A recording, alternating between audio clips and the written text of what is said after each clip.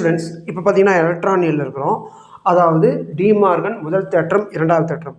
தேற்றத்தை மாற்றி எழுதிங்கன்னா சிக்கலாக போயிடும், தப்பு போட்டுருவாங்க. பாருங்கள், இப்போ பாருங்கள், டிமார்கன் முதல் தேற்றம் என்ன சொல்கிறாங்க, அந்த வரியை படிப்பீங்கள, இரண்டு உள்ளீடுகளின் அப்படின்னு அதெல்லாம் ஸ்டார்ட் பண்ணிங்க. எப்படி படிக்கணும்னா முதல் இதை எழுதிக்கங்க, ஏபி ரெண்டுக்கு எழுதியாச்சா, ரைட்.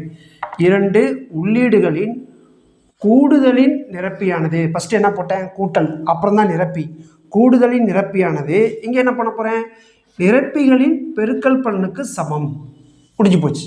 அடுத்த இரண்டாவது தேற்றம், இரண்டு உள்ளீடுகளின் பெருக்கல் பலனின் நிரப்பியானது நிரப்பிகளின் கூடுதலுக்கு சமம். இங்கே எதில் ஸ்டார்ட் பண்ணோம், பெருக்கல்ல ஸ்டார்ட் பண்ணோம்.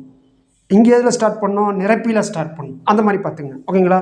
பாருங்கள், இரண்டு உள்ளீடுகளின் கூடுதலின் நிரப்பியானது நிரப்பிகளின் பெருக்கல் பலனுக்கு சமம், அந்த மாதிரி. Okay, thank you.